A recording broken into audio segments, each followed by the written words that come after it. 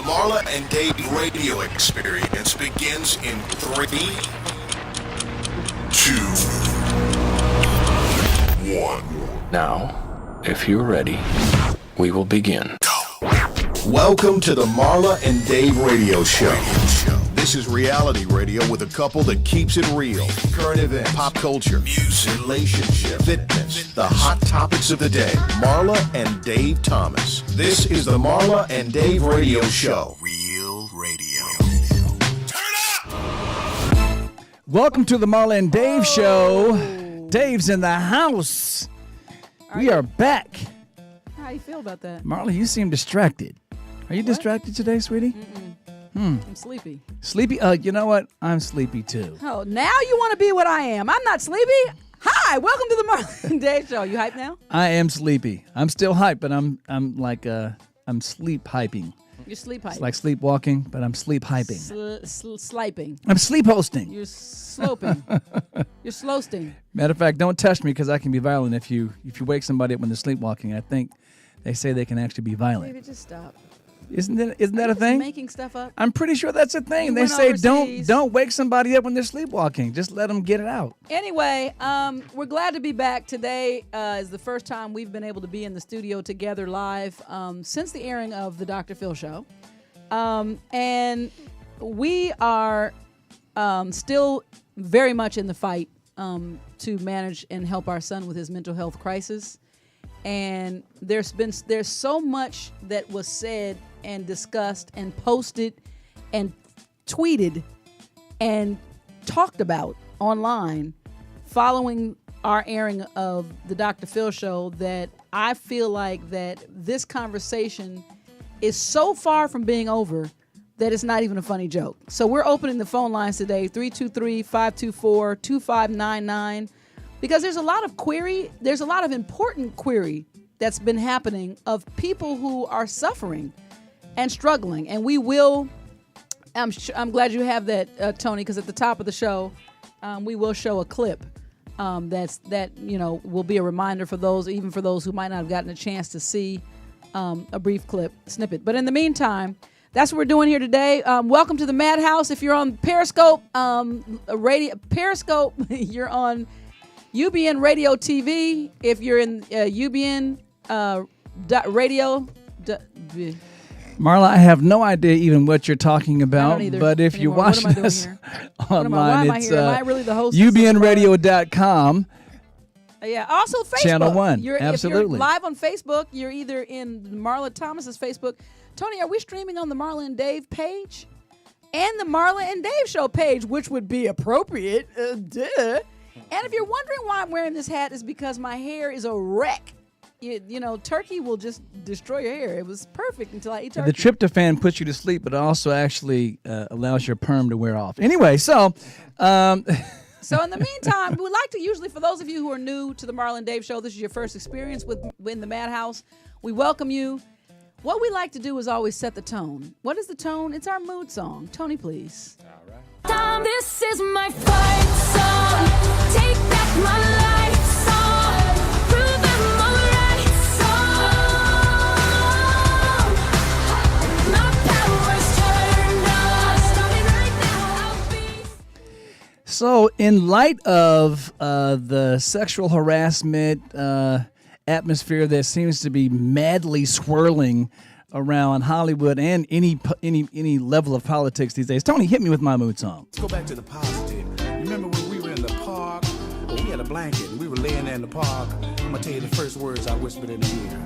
I pulled her close to me and I said these words to her. Check this out. Let me kiss you on your poo-poo-la-la. Okay. Let me kiss you on your poo-poo-la-la. Yeah, that is the theme song for all politicians in the next election coming up. Now that you mention that, I kind of heard that playing in the background with Donald Trump's soundbite when he said, you know what you got to do, man? You got to... Wait, how crazy is the fact that after that the tape where he said grab women by the pee, after he even apologized for it, now he's saying he never said it to begin with, and the tape isn't real. This as our week in review, can we wait to talk about the orange man. That's funny. I didn't want to call him MaD because that's a disgraceful slap against Syracuse. So we just got back from Las Vegas. Thanksgiving was off the hook. Was pretty good. We had fun. Thanksgiving was good. You left me and went to Denver with your. I did. I had to actually go work right after Thanksgiving, but I came back and you gave me finished our time on the Strip. Right. We had some fun on the Strip. We also had an incredible amount of food. You know what? I have an admonishment for my mother. Mom, I know you're listening, and I love you. You got to stop. Like, we could have fed at least 6 families. You know what I realized about Mimi this Thanksgiving? Is she doesn't trust when people offer to bring her stuff for Thanksgiving. So she had everybody bringing stuff, but Mimi made everything that she had them bringing anyway. Why do I feel like someone else was bringing turkeys? Mimi made a turkey. Someone else was bringing dessert. Mimi made 3 desserts. Yeah. She just doesn't trust that you're actually going to be able to do what you say you can do. It was a lot. It was a lot of food, but here's the good part. All of the food was delicious. Absolutely. We didn't have one nasty thing presented to us this Thanksgiving, like the pig butt that I saw. Hold on. It's Mimi's toenail. Okay. She put her foot in the dinner, and man. That's the fun stuff. On a more serious note, and again, our friends Elena and Floyd came in. Absolutely. And they drove in from L.A. and we managed to reconvene in Vegas. That was awesome. Moniece and AD came. That made it fun. We had a lot of fun. It would have been all good and better if we had D and Lexi. But yeah. The only thing that I can say is the downside. I'm still jet lagged from being in Europe, so and my timing is a little off. Right. So Dave came in straight from a European tour, which included a stop in Russia. And joined us for Thanksgiving, in which we actually drove to Vegas. On a more serious note, right quick, all of us need to pray and wish well Dina Robinson, who's become a regular here. Sometimes I know now that it's a very high odds that the holidays are a very triggered time for anyone struggling with mental illness, and Dina had an episode and she's currently hospitalized, but she's in good spirits. She was able to actually reach out when she began, and kudos to Dina's son, who was very aware of his mother's issues and was here from Maryland and jumped right in to be the advocate and made sure she was redirected to the right places. And we all know the fight we have, because even with that and Dina being a representative for NAMI, the first option was not a good option. And so he knew enough to say, this is not right for what my mother needs, and get her into a private facility. So that's what ended up happening. But Dina, you're doing well. I'll check back in on you. And we all, such positive response from her when she came on the show a couple of times, that I know that everybody who's been supporting us in prayer will do the same for her. Also, thanks to our guests. The last live show we had, I had the luscious ladies, the powerful force in the madhouse, and so thanks to Sloan, thanks to Amber, and thanks to AD for coming and joining us. We talked about sexual harassment, and is it the same? Is it a double standard for the LGBT community? That was our conversation. And what was the answer? Was there a double standard? There is, but there shouldn't be. They're not down with that. But yes, I mean there is. It's not. Yeah. I think that was kind of our conclusion. Okay. Even though it's disgusting for them one way or another for anybody to be aggressed upon, regardless of their sexual preference, when they don't want it. Again, this is our first time coming back into the studio since we appeared on the Dr. Phil show with our family, specifically DJ and Moniece, and we're going to address questions and even some of the criticisms that we've been faced with regarding this issue, because we try not to take things too personally, because we're here to help, and so because of that, I don't want to just say ignorance, but it is ignorance when you don't really understand the issues that surround mental health challenges. You can say things that can be perceived as mean, not perceived, they're downright mean, insensitive, and you really don't know what you're talking about. So we even deal with those here on the show today. Anything else, Marla? I would like to actually, you're kinder than I am, because in all reality, I'd like to kick your ass for saying anything out of line at this point, and you could say it to me, but when my children are suffering and you find any kind of fodder, it is a really good thing that you are behind the computer. So go ahead, Dave. Well, the reason why I say it the way I say it is because, maybe we have been guilty of saying insensitive things before we actually had to become educated on this issue. So I don't remember ever being insensitive in the face of somebody Marla, I'm not suffering. sure that you. That's true too. Period. On something that's very yeah, serious. Other stuff. We want to talk about Kim Kardashian's, wardrobe or fun stuff, but no one who's suffering there's nothing in that for me ever, not even privately, that my heart bleeds for anyone who's in pain. So we have a great show for you today. Again, the number to call in 323-524-2599. We'll be right back. You're listening to the Marla and Dave radio show on the Universal Broadcast Network. Current events, pop culture, the hot topics of the day. It's time for MaD News on the Marla and Dave radio show. Ladies and gentlemen, Marla and Dave. That's us. So Hey, since we've been gone, it becomes old news to actually bring up anything that involves Donald Trump, because he does so many things every single day that if you were to talk about something 3 days ago, it's already old. But anyway, this is kind of funny because our kids grew up actually watching The Reading Rainbow. And so LeVar Ball actually was in a Twitter tiff and sort of a back and forth with Donald Trump about whether or not he was going to say thank you for Donald Trump's involvement in his son being released from a possible prison sentence in China for stealing a pair so, for shoplifting some sunglasses. So people actually took to the social networks to actually say mean things to LeVar Ball and confused him with LeVar Burton. From The Reading Rainbow and Star Trek, if you're Geordi from Star Trek. Wow. Anyway, they were saying things like, you're number one, you're a has-been actor and a poor father. Wow. Even LeVar Burton's castmates from Star Trek were actually kind of teasing him a little bit about that. Man. So that was kind of funny.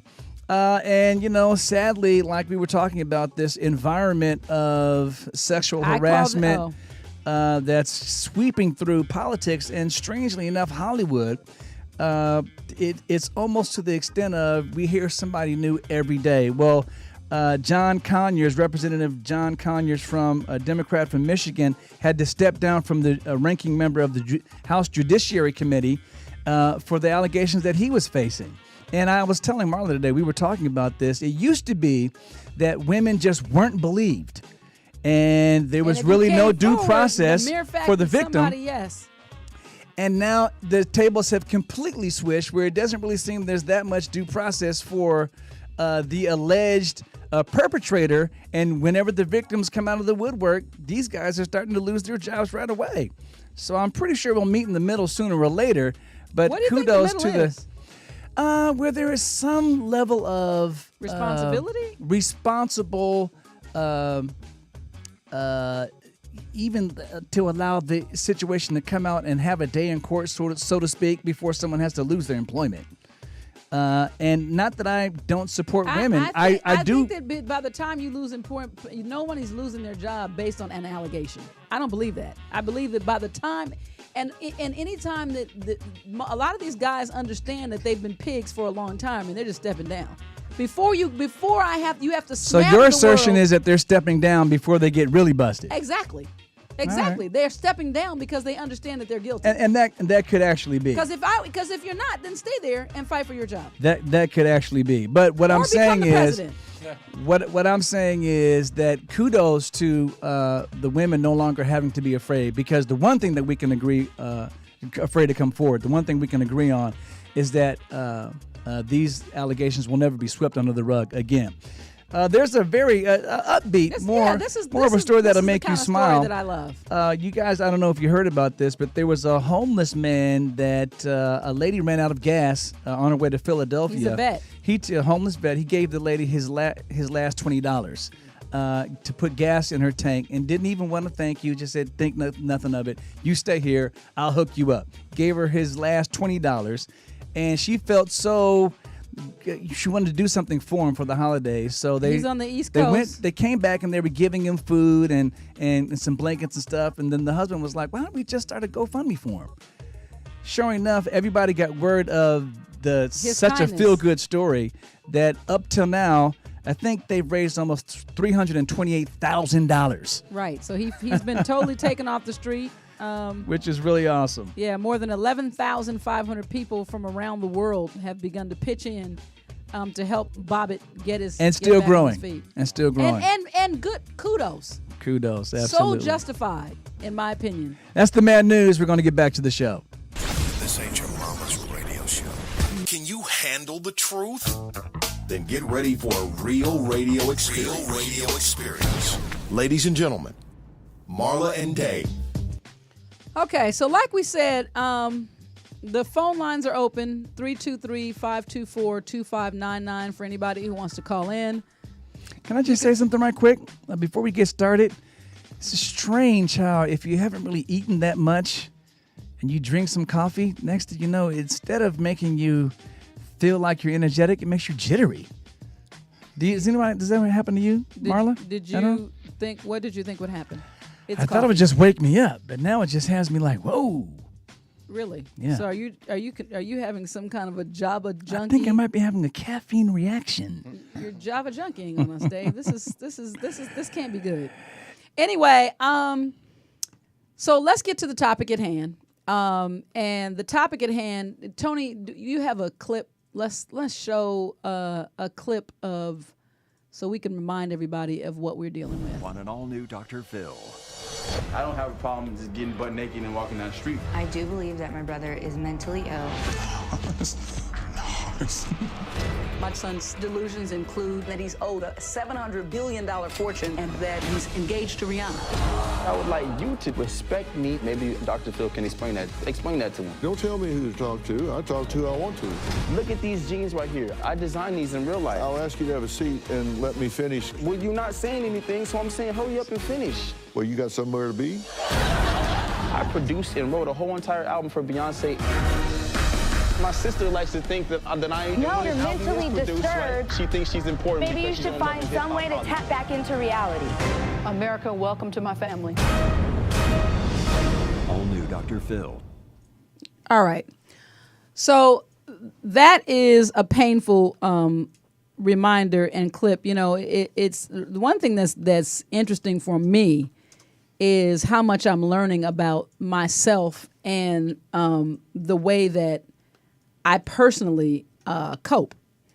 And when I say learning about myself and the way that I personally cope, you know, it is when I was on Love and Hip Hop, and I would go back and review an episode because when you're in it, you don't really see how it comes off. Even though for me, I went in everything completely truthful and honest. This is one of those things that it's the same thing of being on the Dr. Phil show, but I can't watch that. Oh, I can't. It's. I think that because my reference point for 27 years with DJ, even in our struggles, was a relationship where we could interact.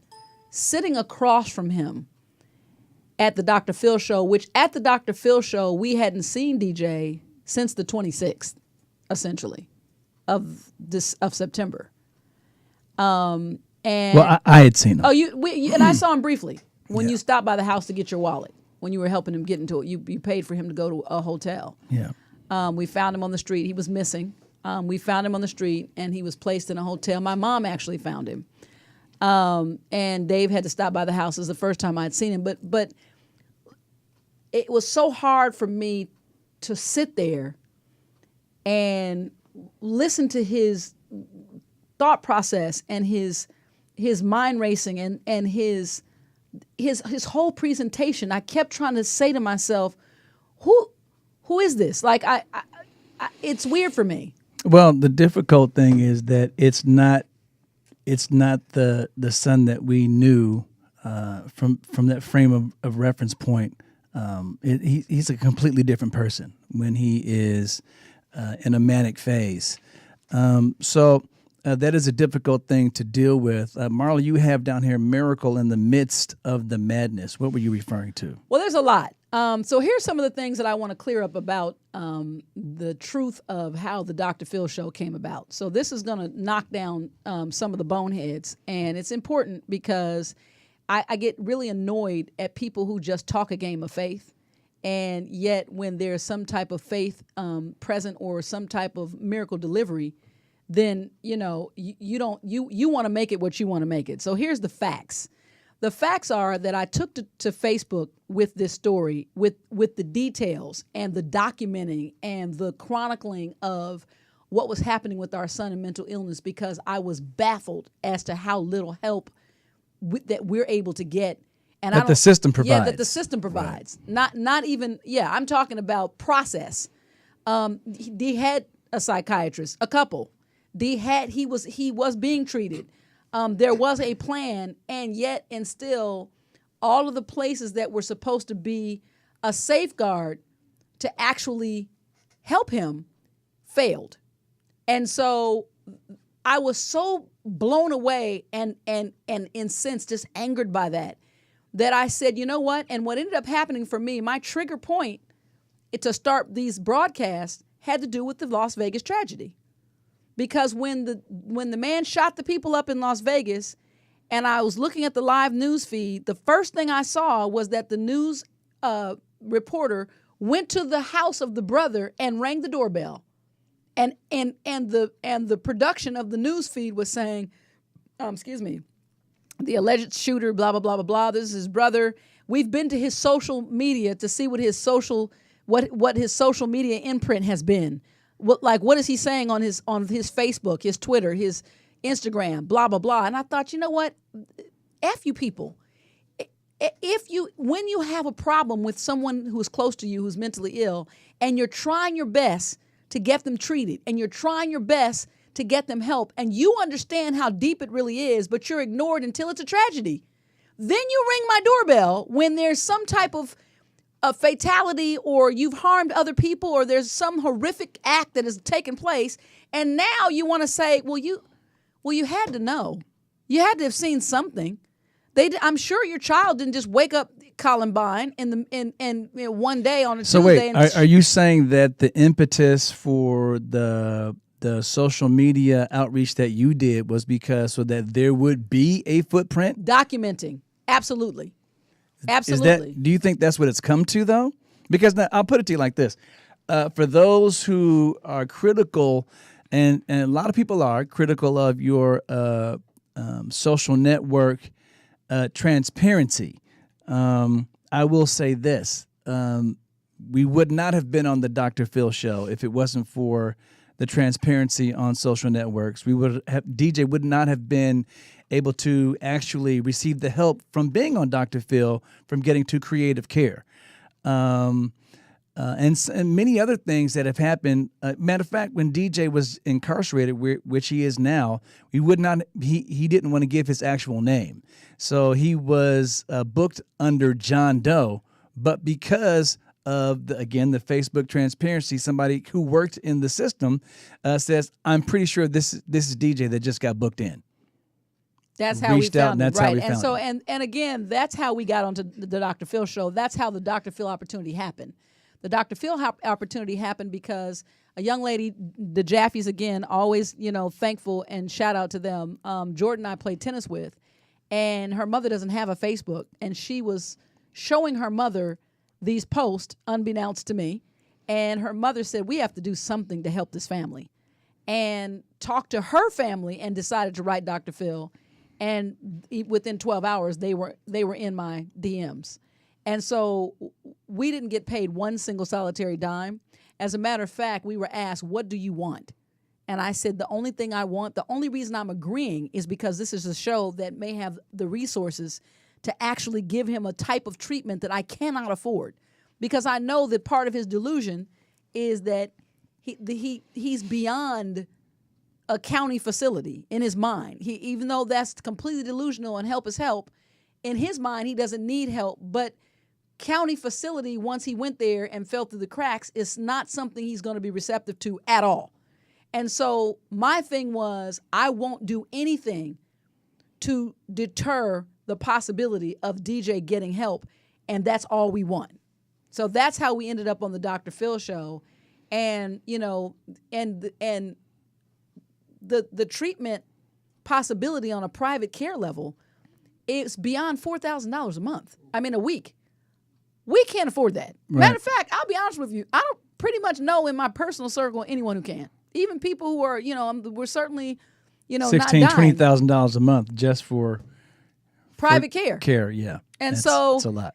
You know, anyway, so we're grateful for that, and you know, so we'll move on to addressing some of the things that you saw.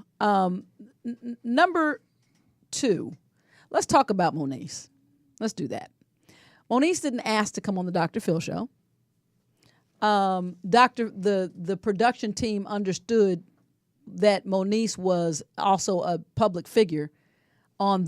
We filmed on Wednesday morning. It was Monday evening that they said, hey, can you ask your daughters to be on the show, your daughter? And I said, I'm not going to do that, because not that I don't want their support. I want all of their support. Either I'm going to show a picture of my family in its totality, or we're not doing this. And because I don't want it to be a shit show. Those are my exact quote words. And I understand that what that really means is that any cross dialogue could possibly have distracted from the goal, which was at this moment, Dee's in a mental health crisis. And if we start bantering back and forth or dealing with anything that's a distraction, justified or not, then it's going to take away from. It would make for good television, Yes. but not necessarily good therapy. Right, because I have a friend who lives in D.C. and he said, you know, man, the only thing I didn't expect was for you to be so quiet. And I said, because anything that, to me, I was very cautious that nothing that I could interject had the opportunity to be about me on any level. Because I felt or anything that we could say that would influence DJ's decision to not in go the wrong right, direction. Right. So as negatively influenced. And seeing as though we're not doctors, it's not the Dr. Dave show or the and Dr. seeing that we Marla have show. our own show, we can actually talk our heads off. But Right. we didn't want to take over Dr. Phil's show, which was the most interesting thing. We weren't there for the spectacle, to be honest with you. We really weren't. So for those who wonder about that, you know, that's an important statement to make as well. And so to me, so again, you were saying something the about miracle, Moniece. Yeah. That's what I'm about to say. The miracle is that even as explosive as the conflict between Moniece and Dee can be and has been in the dynamics of their relationship, God used that too. And that's what David and I prayed before we went out. Our prayer was, Lord, please, you know what you're doing. We don't want to get in your way, and we don't want to be in our own way. We know what we think we need, right. but you know what we actually and need. You're the only one that knows how to achieve it, because we go. basically got, barring commercials, 46 minutes up in this mofo to get something accomplished. So, is that what you said to the Lord? No, I said that. No, I didn't say mofo. I was talking to you, Dave. I called you that. Yeah. Wow. Mm-hmm. Anyway. So that was the issue with that. So Moniece came on. It was a lot tamer than it could have been. When Moniece jumped up from the seat the first time, I believe that she left out of fear, because there has been an escalation with DJ, and the thing about it is DJ's nature is not violent at all. Period. He's not his natural being to be violent. The scariest part of it all is that he's unpredictable. That's the thing. I wish I could say unequivocally, without a shadow of a doubt, no matter what, he would never bump. But now with many people interacting and talking to him in his head and all these things, I can't say that that's the case. I can't. And so, that's when I say the miracle in the midst of the madness. That's what I mean. First miracle was that someone else saw fit to reach out to Dr. Phil, and it was a success, even at opening the door, because DJ's treatment is not going to be able to be fully successful without him being on medication. But now he has a place to continue his therapy. And once that happens. Right. A resource that can actually help DJ transition into the reality of his life as someone who has, this malady or, affliction, however you want to call it, or he's affected by mental illness. That's going to be his story for the rest of his life.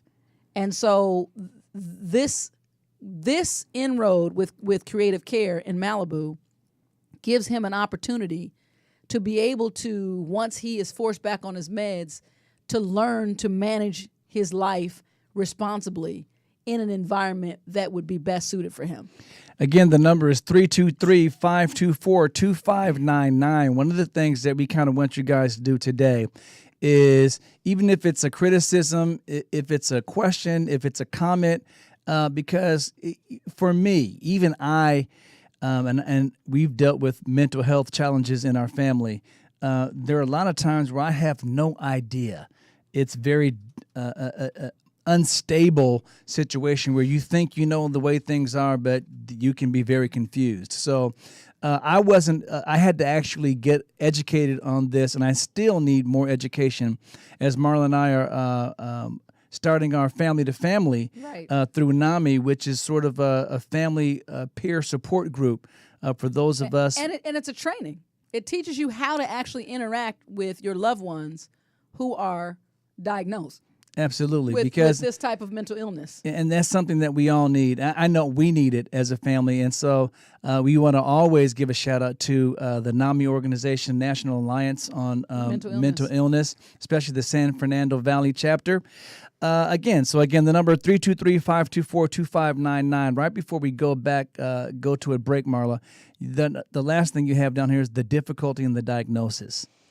Right. So I want to be sure that everybody is clear as to what DJ's actual diagnosis is, and we can talk as we transition into about what that looks like. But his actual diagnosis has actually it's moving, meaning that initially his diagnosis was just flat out. Well, first of all, someone came forward and said his first doctor said he was straight out schizophrenic, and then it didn't that seemed quite strange. fit. It didn't really match up. Yeah, it didn't fit. And the doctor was kind of just like, here, aloof. Yeah, take this. Don't let this touch your hands. It was kind of weird. Like medicine, if he can't put it on his hand, then why should he eat it? Or why should he consume it and ingest it? That's silly. So we all agreed that wasn't right. He went and we were referred to another psychiatrist, as God would have it, and his first successful diagnosis means that he took the treatment was bipolar mania. Period. And we'll tell you what that looks like when we come back from this break. We'll be right back. Hey guys, listen up. Learn something. 26 years of marriage from two unique perspectives equals 52 years of relationship experience. Excuse me, that's 58 years? Oops, I made a boo-boo. It's time for Ask Marla and Dave. Answers to your questions about life, love, and relationship based on Marla and Dave's real-life experience. It's about to get real. Ask Marla and Dave. All right, the Ask Marla and Dave feature of the show is where you actually get to go to our website, www.marlaanddave.com, and you click the Ask Marla and Dave tab. Your question gets right to the front of the queue. You don't have to call in. We deal with it right here on the show in this particular feature, the Ask Marla and Dave feature. Marla, what's the question this week? It's actually not a question. This is a statement, and I wanted to read it because I can really, really relate to this. I wish I had more input, but I share this emotion. I keep my cell phone, someone writes, on me. I keep my cell phone on and with me 24/7. It's with me in the bathroom, the shower, in meetings, and at all social events. He has a special ring that I listen for throughout the night. I sleep, but I don't rest. What if he calls? What if he needs me? I dare not to be there. If so, I dare not be there. If so, I would never forgive myself if something happened. My son is now 19, and at 18 out of the blue, he stopped being the happy DJ, and not DJ in name, but DJ, music DJ, and band member that he had always been. We fight every day to get him back. Thank you for sharing your story. It made me feel less alone. And I signed it in the same boat. That's the whole idea of the transparency in the Marla and Dave show, which is something that's not easy for me. It's a lot easier for Marla than it is for me. But what ends up happening is a lot of people are helped. As many people as can be critical, a lot more people are actually helped. Well, maybe not a lot, maybe, but I think it so. feels like a lot more because that's why we do what we do. You know, Absolutely. boneheads will be boneheads. So you're gonna haters hate. It's what they do. It's almost like I say, one yes can change your life, and you can get a million no's and be in the same situation. But it's the one yes that matters. So it's that one impact moment that I think is what God gifted us to do. And I understand you. Everybody who writes in is anonymous. And I truly do. And that's what I'm working on, to really let God be the ultimate father. Because as we all know, as connected, loving parents, it's never good. It's never easy or comfortable to watch your kids suffer. Especially Absolutely. when they're in a place where they're obviously not choosing it. So we'll pray for each other. We'll pray for you. You pray for us. And we'll stay in touch. Absolutely. This has been Marla and Dave. We're going to get back to the show. Intelligent, fun, and super real. This is the Marla and Dave radio show. All right, I think we have a phone call on the line. Caller, you're on the Marla and Dave show. You have the option to not give your name. How are you? Caller, you're on the Marla and Dave show. Oh, please call back. We apologize that we were actually doing one of our breaks. Yeah, so call back. We'll answer the phone. We promise. Yeah, anyway, for sure. you were talking about the diagnosis. Yes, Jinx. 1, 2, 3, 4, 5, 6, 7, 8, 9, 10. Dave, are you still jittery? Is that where? Okay, first of all, that's another melody. Yeah. Anyway, so the diagnosis. So these diagnoses, the reason that we were told by the second psychiatrist, and let me be sure that everybody's clear, a psychologist deals with behavioral change and behavioral disorder. It's neurological. A psychiatrist deals with psychiatric changes. So it's neurosis versus psychosis, and that's the type of mental condition that needs medication. Right. A psychologist cannot prescribe medication, but they can certainly help treat your disorders such as OCD, ADHD. I mean, and some of those may need medicine, but I'm just saying it's a behavioral change. There are things that you can address through therapy and cognitive recognition and pattern changes. And then there are those things that are actually deficits to the blood brain. Chemistry, absolutely different. Point blank period, or just a brain fracture. Brain chemistry, yes. So the psychiatrist that D connected with most, which treated him for 2 years, a little bit over 2 years, diagnosed DJ as bipolar 1. So bipolar mania. So most people know bipolar, and it's pretty self-explanatory. The two different polar opposites, either super high or super low. And people usually associate that with depression. Right. So what I didn't know about bipolar mania, which happened once DJ was diagnosed and we were in such close care of and with him, I didn't know that mania could drive you to psychosis. I had no clue. I thought it was just the overspending and the over the top behavior the and increased mind racing actually starts to, your thoughts jump from one concept to the next, and pretty soon you're so far out there that you've pretty much disassociated from reality. Right. So I didn't realize that there was a psychosis that also accompanied that diagnosis. And so that blew me to the floor. I understood the bipolar mania, which, by the way, his treatment was a mood stabilizer and an antipsychotic, because he was expressing early on hearing things. The TV's watching him. And when he first came home from school, he was writing on an Etch-a-Sketch because one of Cameron's Etch-a-Sketch, because so he could erase what he wrote because he thought everybody was going to read what he wrote and could hear what he was saying. And at one point, I remember Dave gave him a newer phone, and he had an old iPhone, like a 4. And we still have it. It is so broken, like the screen is almost, you feel there's actually missing shards of glass. And I said, D, why are you using that phone? Because the newer iPhones have the live photo. So when you go to a picture, when you Kinda turn it moves on, a little it bit. just makes a little small adjustment. Well, in his mind, he's being watched. So those were the things that were somewhat sad, but not startling. I mean, I felt like we could deal with that because at that point, I felt like, and this was my big mistake, that we could reason with him. At that point, David and I both, for at least a year, when I first picked him up from the airport, Dave was out of town, and we stopped in Venice to eat, and I was talking to him, and I remember he was trying to convince me of something that just didn't, and I'm like, D, do you hear what you're saying? But in my mind, I'll hear you, and then we'll at least be able to agree on this tangible, this factual reality. This is a microphone. Even though you're seeing it like this, and ultimately, you present your position, I'll present mine, but we may call it something different, a sound stick.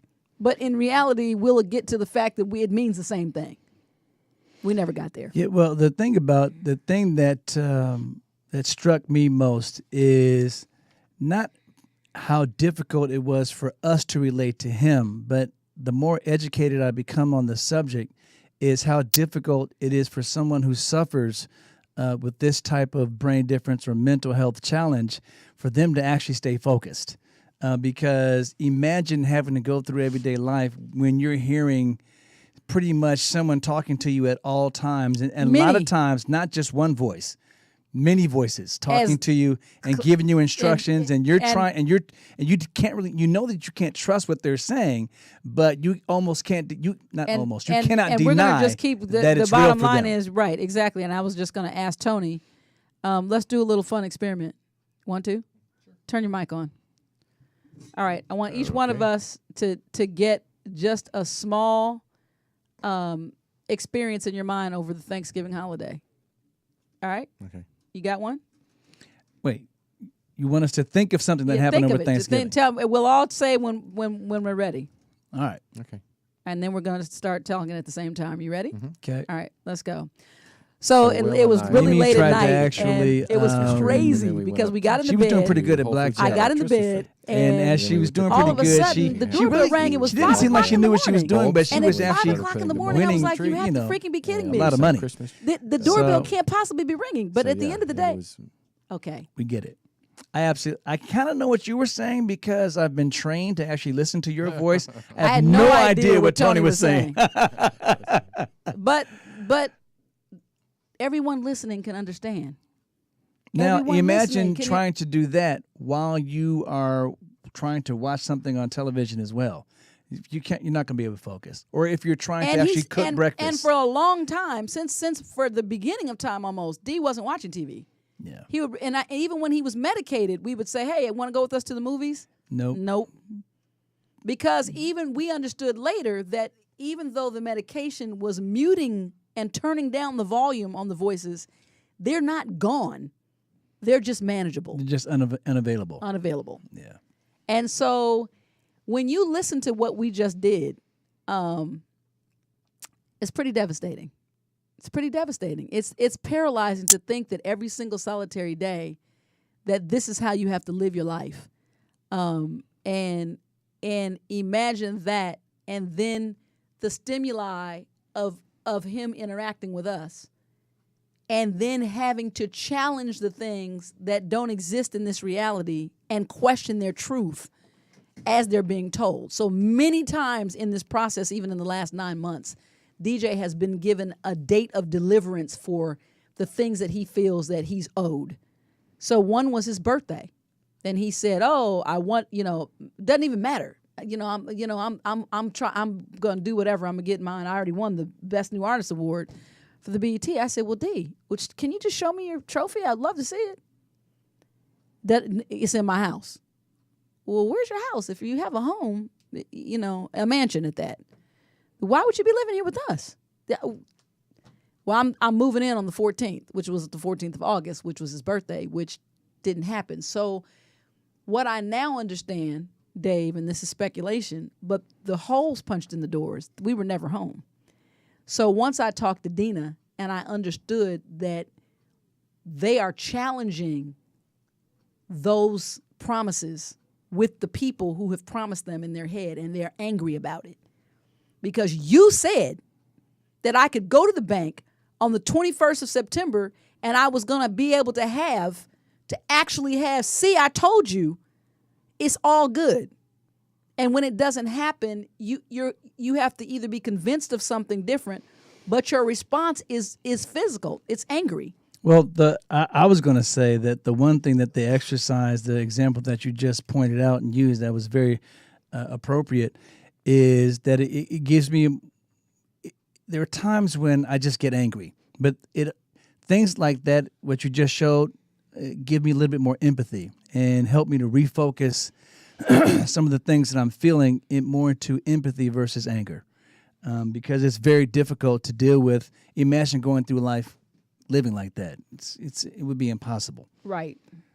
So when I say the diagnosis, that's what I mean. And while you are, continue to explain that, I'm gonna pop over here right quick to my Twitter, and we're going to address some of the. Right, so you're going to actually get some of the comments and deal with some of those things. Some of the things that have been said to us online. While you're looking that up, what I will actually say is, for me, it has been a difficult situation actually dealing with this situation because of, as an artist that has to get on stage, I'm actually paid to get up there and smile and act like, to make the people that come to the show have paid their money to allow them to have a good time. So what I have to do is almost just swallow everything that I'm dealing with and actually put on a clown face, so to speak, and just entertain. So it's always difficult, and it makes you start to feel like you start to disassociate a little bit, because there's certain things that you're just not allowed to feel, because if you did, you would be bad at your job. You know what I mean? So you have to sort of disconnect and then try to get back into it. So it's just it's an exhaustive back and forth of emotional roller coaster ride that you sometimes I get caught in the emotional space of saying, one of these things I'm going to have to not be able to deal with, and just put it aside, wall it off for a minute, and just be over here for a minute, then try to, if I can, get back into that. So, which again puts a lot of stress on Marla, I would assume, while she's still looking up the Twitter comments and the social networking comments, because somebody's going to have to deal with it all the time. And so, it's just a lot on the table. And kudos to our extended family. And there have been family members who actually don't quite understand what it's all about. And it's very difficult if you don't have to deal with this on a day-to-day basis, actually to understand what it could possibly be like. And to even allow yourself to be angry. Because there are things when you know that it's not DJ's fault. And you know that if you have a family member dealing with this, it's not your loved one's fault. They didn't choose to be like this, but it is still exhaustingly angering. You want to come in and you want to be empathetic, and you want to actually show as much patience as you can, but sometimes you just don't have it. So it's a situation that, requires a spiritual connection. At least in my book. Marla? Yeah, for sure. And I will have to address, I will address that even before I get into some of this Twitter. I call it Twitter Talk Back. yeah, you know, sometimes I almost regret that I feel like I've made it look so easy. I really do. I can't even really talk about what it feels like to be a motor, a necessary motor, because I say all the time, and we were talking about this in Vegas. I don't know a better man and or father than Dave in the world. I really don't. Dwarfed my dad. Sorry, Dad, but oh well. You know, and I'm just being serious. Not that my dad didn't love me, but even with that, there are things that I've chosen to accept, and there's roles that I chose to play. And in raising my kids, you know, you don't know. This was, of course, you know, out of everybody's control, but it still has to be controlled. If that makes any sense, has to be managed and dealt with. Yeah, that's what I mean. So, you know, I'm a motor that, regardless of, sometimes I don't have the right octane gas, but you know, I put in whatever God gives me and try to keep going, but it's hard as hell. And I just, you know, God gave me somewhat of a black don't crack face. But what you don't realize is that on the inside, I'm 1 million pieces, literally. So I always, you know, feel like don't shake me too hard. You know, like now I've been telling people who are around me, who I love, that, you know, I'm warning people that I've finally gotten to a point where I'm so fragile that I'm at my bottom line. And that bottom line for me, actually my base behavior is fight. I'm not a person who breaks down and sleeps and cries. I'm a person who goes to kill. So just be careful, because I'm raw. So because it's about my children, and because it's about something so sensitive, and only the people that are closest to me, because the public can never affect me that way, because you just don't know me. So it doesn't matter. So, you know, sticks and stones will break my bones, but your words just make me want to, never mind. Anyway, so, you know, and here's some of the things that I'm just going to, you know, let's do Jimmy Kimmel. Let's do some of the mean tweets. Y'all knew Moniz had a crackhead brother, and they wasn't on Dr. Phil last month. First of all, you need grammar lessons. So, you know, it wasn't on. Yeah. It was stop. Wait, what was the comment? That was the comment. They just stopped mid. It was a question. Phrase and just. Y'all knew Moniz had a crackhead brother, and they was on Dr. Y'all Phil. knew Y'all was knew a question. Oh, okay. Was a question, right? That he had a crackhead brother. My son's not on crack. He's mentally ill. So there you go. Right. So you can. There's so many. Well, again, and part of the reason why we keep revisiting this, and by the way, I want to give a shout out to Marla for starting a nonprofit organization to actually help families and people that deal with this issue, to help make resources available for as many people as because what we've been through, finding out that the help that you need, that you so desperately need, is usually, I'm not going to say sometimes not, usually not, 9 times out of 10 not available to you. One of the things that we want to do is kind of help people get past the red tape, get to the help first, and then have someone else advocating for them, actually helping them get through the system. So when people actually phrase things like that last mean tweet, it keeps people who need the help, makes them ashamed to come forward and ask for the help. And then by the time it's too late, they don't have the capacity to ask.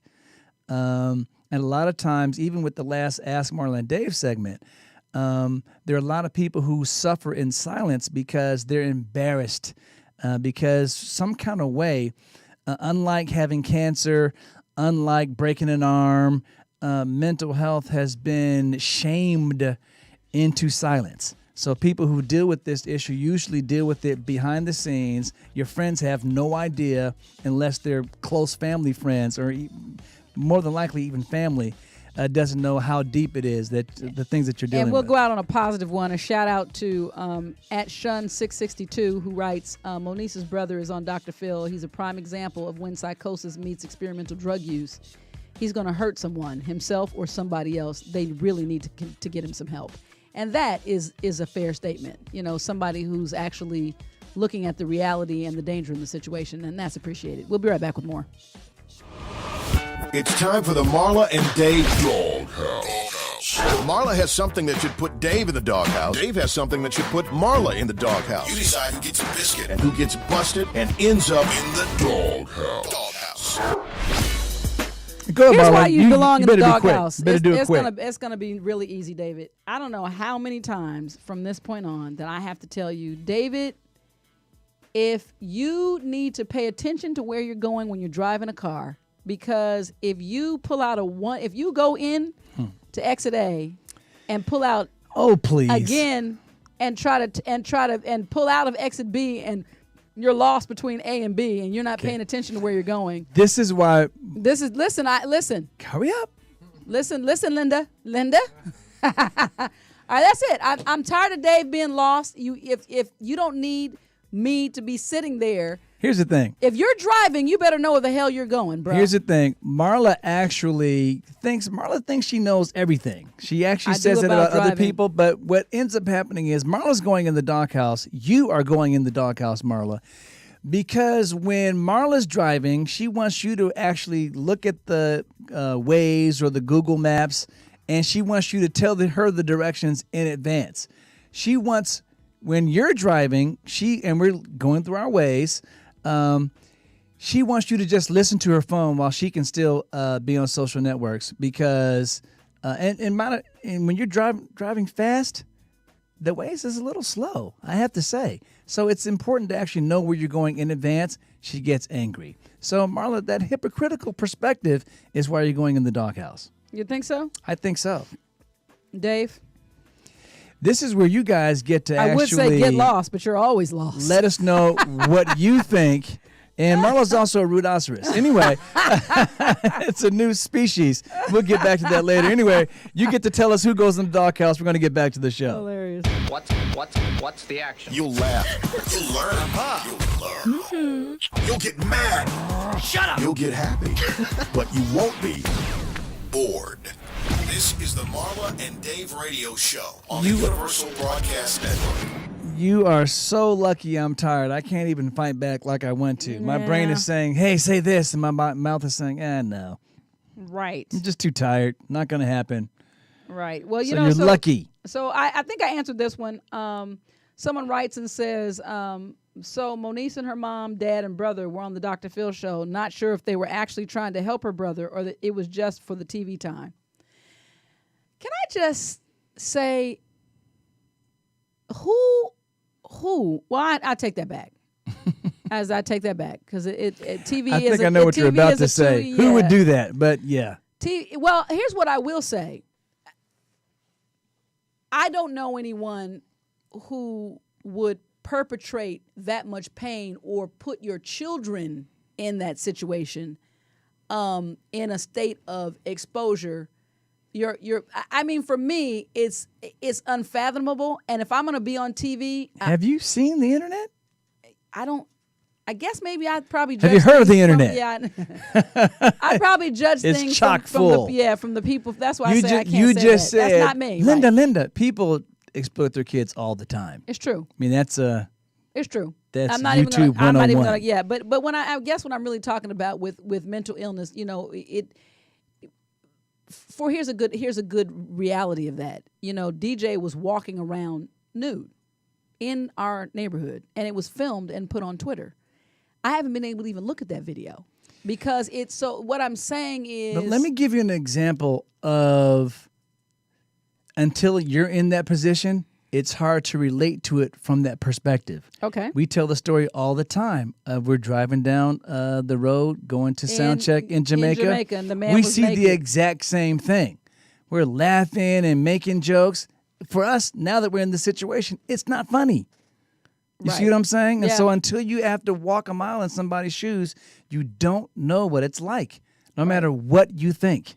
I guarantee you have no idea. Right. So I would have to agree. I would have to agree with that. And for those people who are saying things like, the whole family is crazy, throw us all away, you're the people who make me want to laugh, because I'll tell you some statistics. I think these are the people who are up close and personal in their own situations with somebody who's mentally ill, because it's 1 in 5 people. And when you make those types of statements, without care or concern, I want to feel like you might be the 1 out of the 5. That's my thought. Because other than that, you're connected, and that's just not generally where you go. I don't know people who do that. Like I said, here's a good example that everybody will relate to. When the shootings happened recently in Texas, nothing in my spirit or in my mind even said, you know what? There was a mom who dropped their children off and wasn't at church. She dropped the children off with the friends, and they were shot and killed. 2 of them. And Mercy. Who would get on the internet and say, well, that's your problem, B. You should have had your own kids. You shouldn't have been. No, it's tragic. All I feel is the feeling of, oh my God, had that been me, I don't even know how it would recover, because you'd want it to be you. So what I'm saying is, as a parent, I would prefer it be me than my kids. We get on stage at Take 6, and one of the things when we're actually singing one of our songs, Family of Love, we share the fact that after traveling the world, what we know is that we're all part of the same race, the human race. It's the same family. We're a part of each other, and we're so broken as an organism, as a family, that we no longer empathize and feel the pain that other family members are going through. We're going to stop for a second and take this phone call. Caller, you're on the Marla and Dave show. It's optional. You don't have to give your name. Welcome to the show. Hey, Marla. Hey, Dave. Hey, it's Nicole. Nikki. She's. Wait a minute. Hold on. All right. We should talk louder. She just had a birthday. She can't hear like she used to be. That's true. Did you get your AARP card? Hey, Nicole, it's Marla and Dave. No, Can you I'm hear not us? as old as you guys. Oh. I'm still a lot younger than you are. Oh, okay. You're still old enough to be my parents, so I'm still good. That hey, is Nikki, true. how you doing? How was your Thanksgiving? My Thanksgiving was good. I didn't do anything. It was non-traditional. Well, that's a tradition. You just started one. Yeah, low key. I just did what I wanted, so it was pretty good. It was like my only day off, so I just relaxed and. Well, I talk to you from time to good. time, and I'm glad to know that at this moment you're not on the train in the silent don't talk section. I got off the train. Did they shut you up on the train? Like if you talk on the train, is that for real? Yes, it's serious. They silence you? Yeah, well, it's understood that if you sit in the front or the very last car that you were to be silent, and if you're not going to be silent, then you should get up and move someplace else. I get that. So if I'm trying to sleep on the train and that's not good in that car to sleep, I might get annoyed. Exactly. Yeah. Anyway, so what's going on? In the morning, it's serious. Everybody's sleeping. Yeah, I'm sure. So what's going on? What was your comment? Well, I called because I didn't want Marla to really go into responding to the tweets that people were leaving, just because I don't think they needed to get any more airtime than what they were trying to get in the to begin with. That they were is a just valid trying to point. be hurtful, and there was really no reason for them to go out of their way to say something nasty to people who were going through something. Right. So I called to stop you. All right. Well, then consider myself stopped. There's a man on here in a meme doing like this. I guess that's what it is. I'm going to take that. See, Tony, don't look. do it. See, Tony? He's shrugging like, I don't know. Thank you, Nikki. That's a valid point. And again, I want to even stop with that and say that the Nicoles and countless others that I can name, Kia, the list goes on. The Visagis, there's a bunch of people that it's endless, even strangers that are super compassionate, super supportive, super prayerful. Treese, there's a litany of people who check in every day and make me understand and say to me, hey, listen, I'm still praying.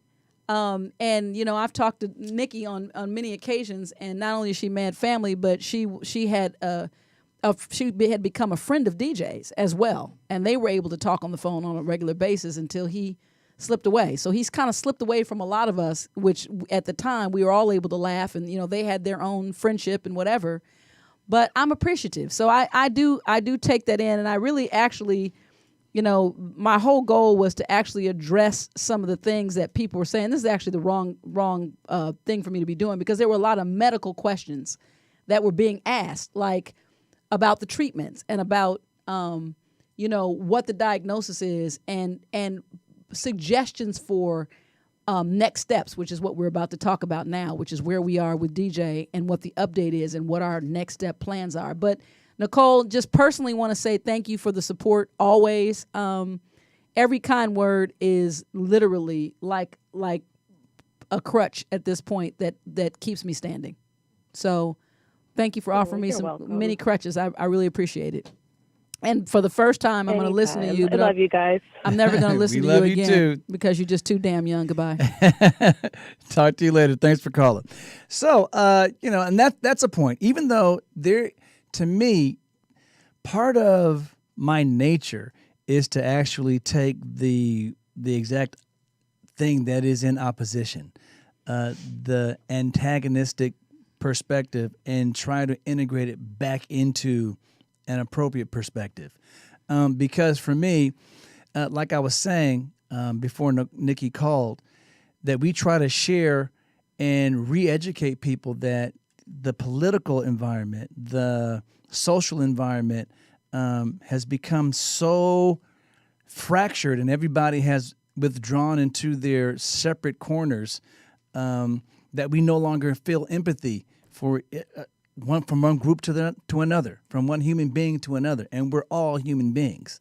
So, Tony, if you feel something that causes you pain, I should be hurt just seeing you in pain and feel like I should be moved to try to make you feel better. You know what I mean? That's the thing that's what humanity should be about, and it's actually just disintegrating into the opposite direction. And it's time for us to actually wake up. How do you think we can wake people up, Dave? By doing what we're doing. As uncomfortable as it is, that's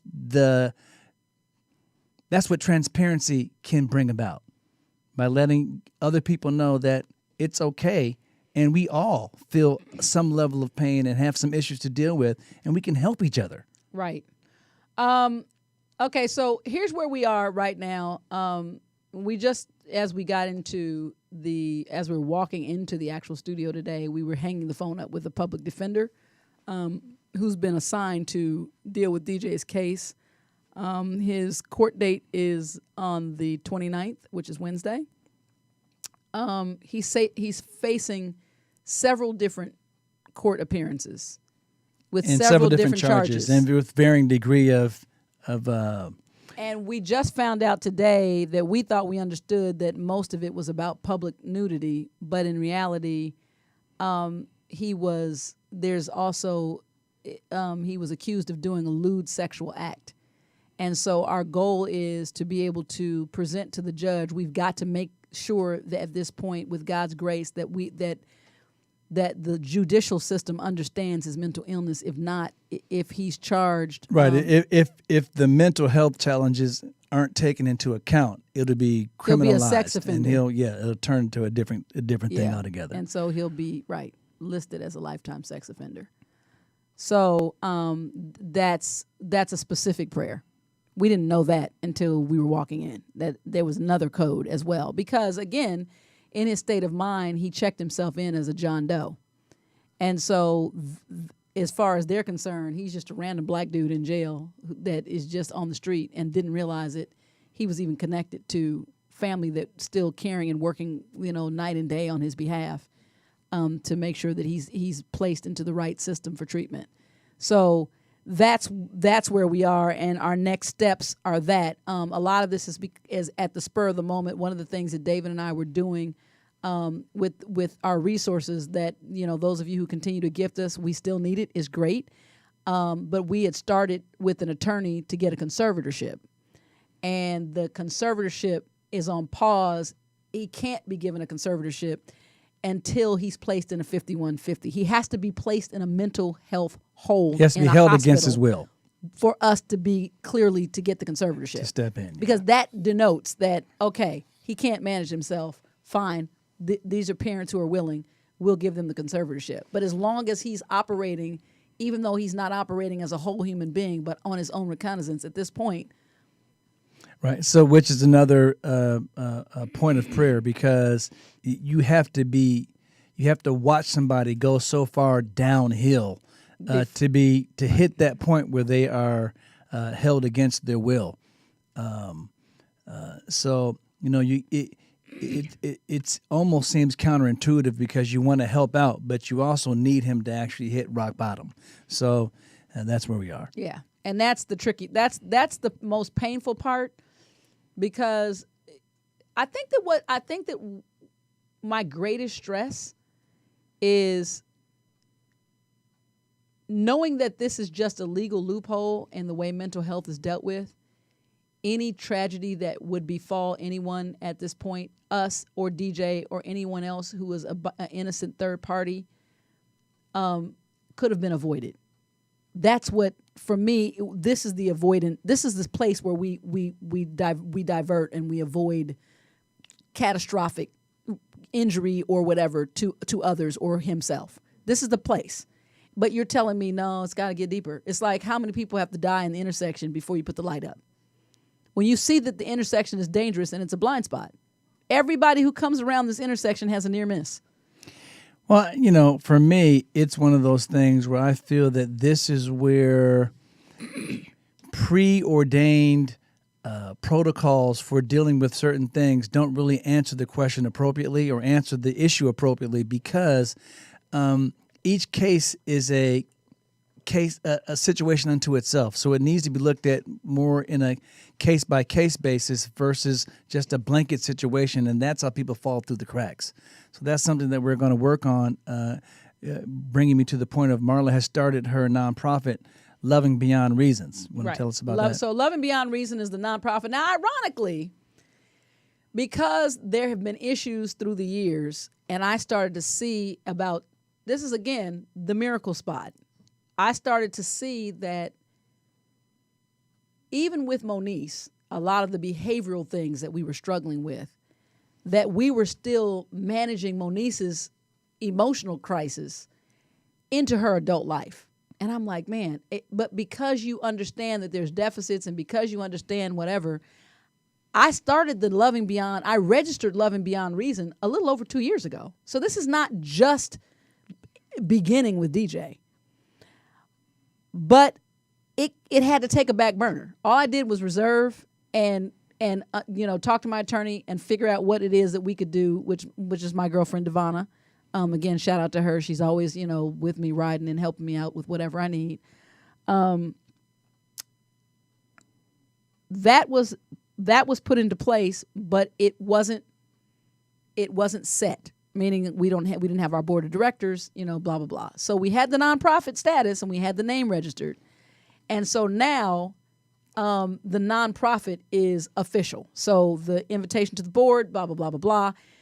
And the nonprofit, and I know now why God delayed the process, because the nonprofit is Loving Beyond Reason is about loved ones who go way above and beyond what's reasonable to take care and manage their loved ones who have mental health issues. So what we look at are things like, David and I have been in a financial chokehold for a long time. And a lot of it are things that you don't even, again, it's like the other shame. You don't say it because people are like, what are you complaining about? But his monthly medical output was almost $900 out of pocket. Point blank period. So there was that. There is, and then he was able to get, he became disabled. But the system is not set up to actually do the checks and balances. So in other words, you should be able to, with the way the changes that we would like to make would be that we want to be able to have the system guarantee, in order for them to get their disability, that they have to go and they have to comply with whatever their diagnosis is. These are things that aren't in place. Mm-hmm. Then it keeps you from having to just completely just expend yourself over and over, because parents who care don't give up the best they can. And most of the people I understand now, they're on the street, I get it. Because at some point, you're so depleted with fighting against somebody who doesn't have the mind to comply. And the next thing you know, here you are, and here they are, and you can't affect the change. And you have to decide, is it going to be you or is it going to be me? Because if it came down to having to say, all right, okay, well, either I'm going to take care of him and completely deny everything that I need, or the other way around.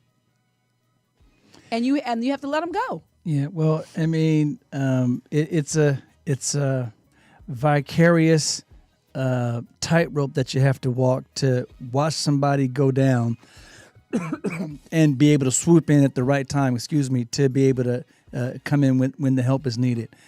So we're about to take a break. We'll be right back. It's time to play the Marla and Dave Love Game. Here are Marla and Dave to explain how it works.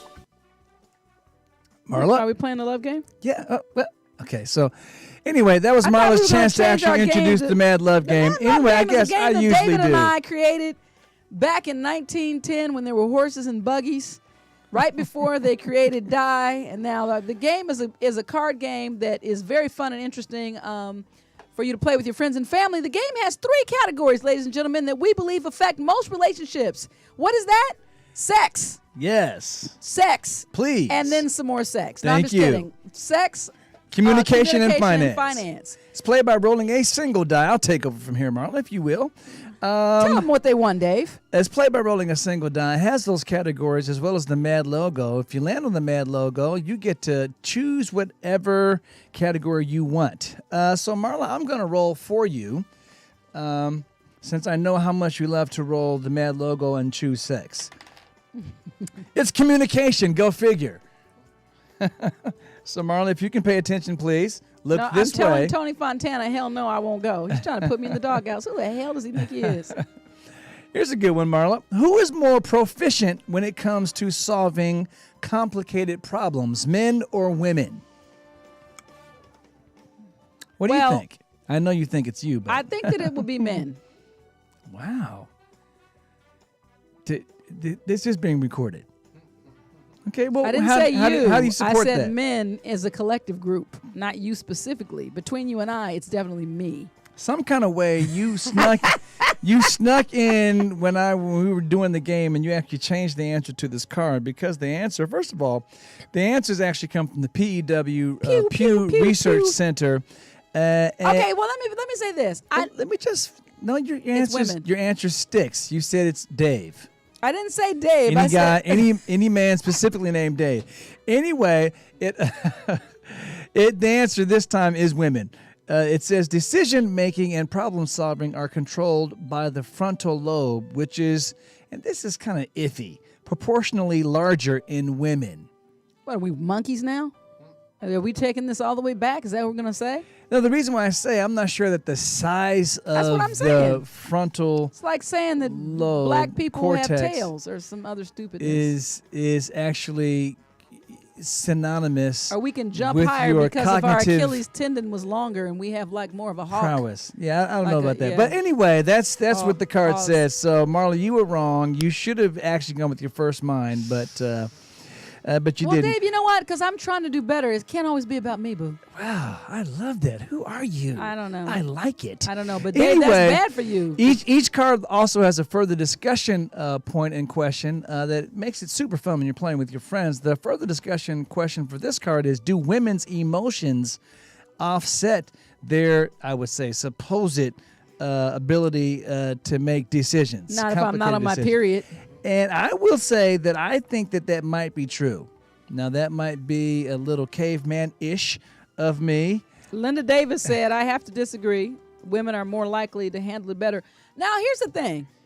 Well, she was right. Mark, She was right. She was right. And I think that women have a better connected blend of logic. Because men are not necessary, and I think it's trained out of men. I would prefer for men to be connected to their emotions in a manly way.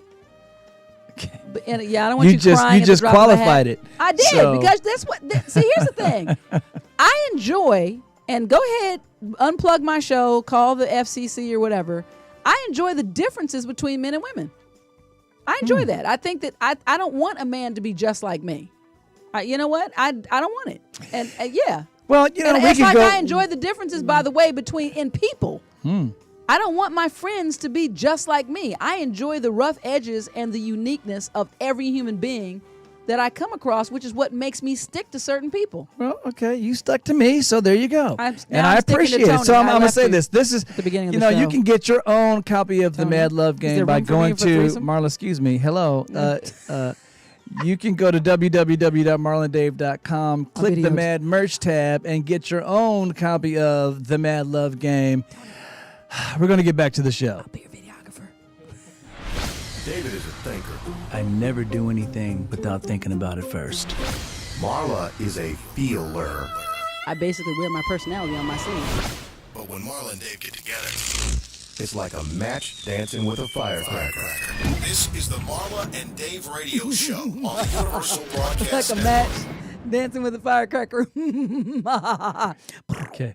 Anyway, so before we get back to the show, we're going to take a little breather and deal with this week's poll question. And the poll question this week was, how much responsibility should you place on Donald Trump for the racial divide in our country? Wait, I want to redo my doghouse. That's what I want to put him in the doghouse for, because when I had my women's late. show, you did not give me the poll results, and we had to skip it. You tried to play us because there was too much estrogen in the room, and that was your way of leaving. You were trying to disorient us. Actually, I was in Europe, and I apologize. So I would go in the doghouse for Doghouse. that. But that's not what you said. And in the meantime, people have already put you in the doghouse. So before we ran out of time, again, the question was, how much responsibility do you place on Donald Trump for the racial divide in our country? Your options were hashtag completely responsible, hashtag somewhat responsible, hashtag not at all. Completely responsible, that was 49%. Somewhat responsible was 42%. So he's going to have some culpability there. And not at all, clearly, like 2. people who just are going to say not at all anyway, 9%. Next week's poll question is... I wasn't good at math. You see how I didn't work that out? Yeah. Should there be a statute of limitations placed on sexual harassment allegations?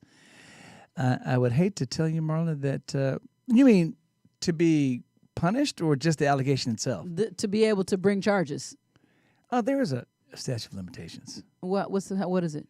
It varies from state to state, but there is a statute of limitations. Anyway, so that was Marla's question. So yes, all crime has a time. It was your hashtag. Or your other option is no time on crime. And whenever you bring it up, they should be able to be... I see what you're saying. Should there be no statute of limitations? Correct. Could be a little spooky, but let people decide. You actually can vote on the poll question at our website, www.marlandave.com, or any of our social networks. We're going to get back to the show. Can you handle the truth? This is modern American dialogue in a mad world from two unique, fresh, transparent perspectives. This is the Marla and Dave radio show. All right, there you go. Man. Woo, did I tell you that I'm hungry? You know what? I am, there's a lot, by the way. Again, let me just give you guys a recap of where we are. Anybody who continues to have questions, or anybody who needs help, anybody who needs to be plugged into resources, NAMI is our one-stop shop for all mental health resources. We have, found a wonderful partner in them, as well as a wealth of information and resource. I will continue to update you on Love and Beyond Reason for those who want to continue to donate and give any type of love offering to what we're doing with and dealing with in directly related to our son. Is paypal.me at /Save Our Son. All of those proceeds are going towards legal fees and whatever's needed to right Dee's wrong ship, which is pretty hefty at this point. But God's gonna make it happen. So I am faithful. The other thing is that we've got court on Wednesday. Dave's got Dallas on tomorrow, and And land and go straight to court. Yeah, and if you don't make it back, Dave, for some reason, I'm going to be there holding it down. I'm going to meet with the public defender and bring the file so we can try to put this thing back on a. And then I will be seeking.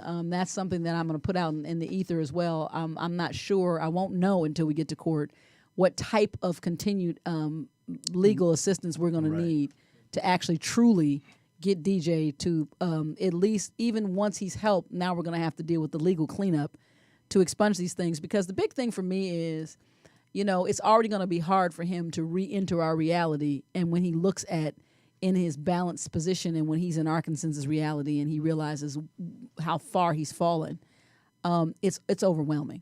I can only imagine that. It's like going 552 million steps back. And to think that you were completely in a place that you don't even recognize or remember, and now you come back and you're disenfranchised and you can't vote and you have a criminal record, and it feels hopeless to me. So I'm going to fight to expunge that for him and keep it in a mental health platform, because if we can keep it in the mental health arena, then we can get the help that we need, and that he won't have to carry that in that way for the rest of his life, like he was consciously. Right, that was his intention. And that's one of the things that, like Marla was saying, that the nonprofit is actually going to strive to do, help people get past the red tape so that they can actually focus on the things that we now understand are most important, and while someone else can advocate for you on your behalf to kind of make these things a reality. Right. Okay, so yeah, we have all that. Next week... by the way, since we've got a few more minutes here, I want to just be sure to leave with this statement. I would like to free other parents. As hard as this is, even for me, we've all come here with our own God design. Yes, our children come through us, which those of us who are connected and loving take full responsibility for who they are. But once their design or their weaknesses or their journey is revealed to them, it is indeed theirs. If we could pick it any other way, this would not be David and I's choice, obviously, for any of our children. And it is especially hard, in my opinion, that it is DJ only because of the soul that DJ is in his nature. It's just easygoing, loving. All I can do is see his smile. So remember that, but by the grace of God, there go I. That's all I can say. You got to remember that, because it has even heightened my awareness and my compassion for others who suffer. Mm-hmm. I would have never, even 5 years ago, walked down the street and seen somebody who was homeless and shuffling around talking to themselves and thought that would ever be the possibility of it being my son. But yet that's what I'm facing. And even when I'm doing everything I can to keep that from being him, I can't make the choice for him. And that's where I'm having to fully rely on the restoration of not just D, but spiritually for myself. Because other than that, I would be broken down. And, this weekend I did the thing and I said, just keep in mind my last live feed that said pain plus loss equals gratitude, because those two things have pressed me so deeply in my soul that the things that bring me joy now are just like a mustard seed. And I have to remember that that's what God has given me to focus on, because that's how He designed me. I'm not designed to walk around with the frown on my face. I'm not, and so I won't. That's the bottom line. I won't. It doesn't mean that I'm not suffering. It just means that I'm choosing to live inside my purpose. Well, God is faithful. That's the one thing that I can hang on to, and I wouldn't have chosen this for myself, but I'm glad that I'm not the author of all things, because that would be too much responsibility for me. So the one thing that I do know is that God has a plan, and I am ever leaning on Him to actually pull things through as He sees fit. for all of us, not just DJ, for our family and for anyone else who's suffering, especially during this holiday time. Yeah. And that's when it gets rough. And continue to reach out to us. I'm totally available. Always here to share, to give you guys information, to connect you wherever. Be in the Madhouse next week, Monday, when we welcome Bobby Brown and his wife, Alicia. Their journey. The Browns will be in the house. Yes, meet next the Browns. week. Meet the Browns. Meet the Browns. That's a good one. Bobby Brown and his lovely wife, Alicia will be here in the Madhouse. So let's get ready to have some fun. Every little step. If you don't have the book, what the hell are you waiting on? Please. You got a week to read it. Get it tomorrow. Get on it. Get on it. All right. Talk to See you next soon. week. Bye.